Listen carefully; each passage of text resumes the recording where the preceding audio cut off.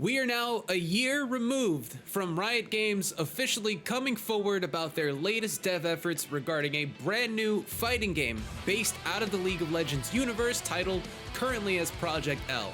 And since last year's official reveal, Riot Games has been relatively quiet or tight-lipped, if you will, concerning the latest efforts towards Project L. The most recent piece of news or content we've gotten dates back to August 2022. So from Riot's initial communications, we've been able to get a glimpse in terms of seeing what the core mechanics of Project L is going to necessarily be about. It's a fighting game based on a 2v2 system that almost dates back to the golden days, or the golden era, if you will, of the Marvel vs. Capcom series. And with that tag system also comes assist mechanics, but beyond that, the core gameplay elements haven't officially been shown off to any capacity, besides being confirmed that the core mechanics have officially been wrapped up by the dev team themselves, and now efforts are being shifted or full throttled, if you will, into developing the rest of the roster that hasn't been quite shown today, and also mapping out some of the gameplay elements and design factors behind the UI, the ranked system, competitive, what all that's going to look like in the Riot space. Now, as a reminder, it is 2022. These days, most eager fans won't necessarily wait for content to be delivered out to them regarding the latest and greatest for a game that they're waiting on. They'll choose to find very morally gray areas of approach with regards to how they're actually going to obtain that information and disperse it among the community. So with that, when it comes to information regarding any of the latest games that the sub-bosses and myself are waiting for, we're going to be reporting more on the information through a scope of authenticity.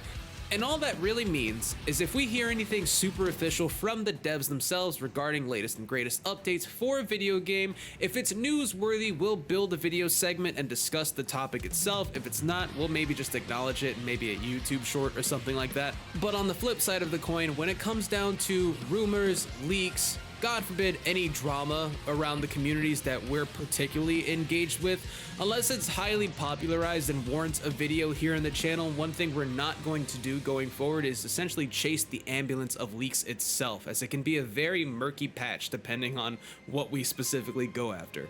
Which brings us to today's topic, because it seems as if we've skipped go, collected our $200, and have also made out on the other side with it an entire list of what the roster for Season 0 or 1, if you will, of what Project L is going to look like. Now, to give credit where it's due, this information comes from fellow YouTuber Innovate Gaming, who made a video, I'll post a link to it in the description down below, around a survey that he received on June 28th from Riot Games themselves, asking him to describe his sentiments regarding some select characters from the Runeterran universe, whether they come from League of Legends, or what his experience was like maybe playing them in Wild Rift, etc, etc. And this character survey consisted of the 4 champions who were shown off in some official capacity towards Project L, and also the yet-to-be-revealed champ Eloy, Tentacle Hawaiian Lady, who was shown off in the August 2022 update as part of a new DNA kind of announcement that Riot does, just concerning, hey, here's the latest and greatest from the champ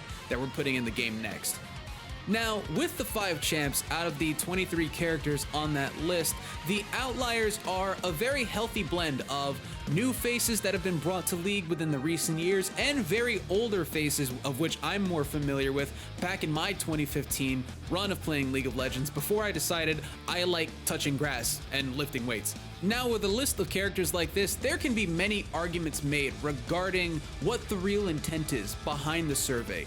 Whether it is Riot's design and marketing team just looking for an idea of who should they name drop or maybe throw an Easter egg in for Arcane Season 2, all the way down to understanding if there are any confidential reworks planned for the League of Legends series based on some of these characters who should maybe be bumped up in terms of what the roadmap is. Even down to the fact that there could be just a simple feature matrix that the devs are looking to put together based on the more popularized sentiments we're seeing amongst the character list inside that roster. Which of course leads to things like, hey, if we develop a new character, we're seeing a lot of good sentiment behind characters like Set, Zed, Jinx. Maybe we should look at what's making those 3 pop and trying to find a good healthy blend of how we can bring those elements together, or maybe make new separate characters based on what abilities are liked from that survey. Who knows? Through the lens of Project L, however, 21% of the characters on this survey have been shown in some capacity as being in the game. There's a very high margin that a lot of these characters could change, or very well could be following in the footsteps of Street Fighter 6 from their roster leak that had happened, where it's looking to be more and more true, especially as the reveals start to come out. Now it's almost like a bingo sheet where we're just looking for who's next amongst the press kit release cycle, if you will. However, the journey for the next batch of content continues. I believe Riot guaranteed that there'd be at least one more batch of content coming out surfaced solely on Project L. There was speculation that towards the end of the LCS finals, once that final game had concluded, we might get a new reveal regarding it's a Riot-based event. Maybe they'll talk about a Riot-based game. That, of course, in hindsight, has the same amount of chance of happening as Stray's odds are concerned for winning Game of the Year for the Game Awards in 2022. But, I mean, it's God of War against a cat. And throw the Crucible Knights in there from Elden Ring. How is it gonna win? It shouldn't even be up there. But on that side of the coin, unless Riot decides to drop something miraculously on their YouTube channel, the Game Awards is the next likely landing spot for that last patch of content for the year. I'm genuinely curious as to what it could be. Is it just the 6th character reveal? Do we get a bit more in depth regarding the core mechanics now that they're fleshed out? Or do we start to talk about what the online elements look like? But with it being a 2v2 tag fighter and knowing Riot's track record, they don't usually build games for singular peer-to-peer competitive action. There's an element of bringing more players in together on one team. League of Legends, of course, is your 5v5 action. Same thing with Valorant. And then even if you kind of look at the TFT setting, it's not 1-for-1, it's 1 versus 7, and you all are trying to knock each other out.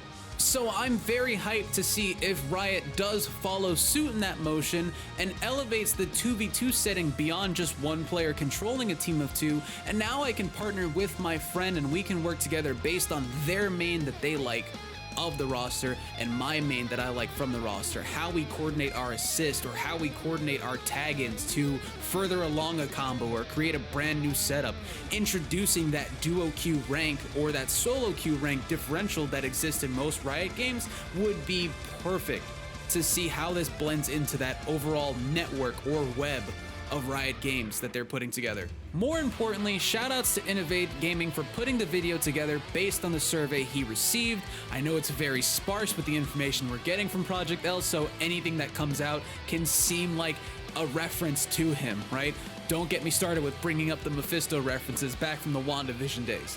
Sub-bosses, let me know your thoughts on the roster in the comments below. Are there any characters you're seeing from that initial list that come to mind, whether you've played with them recently on League of Legends or Wild Rift, or are there any characters missing that you hope essentially skip the line and actually get implemented first into that Season 0 of Project L?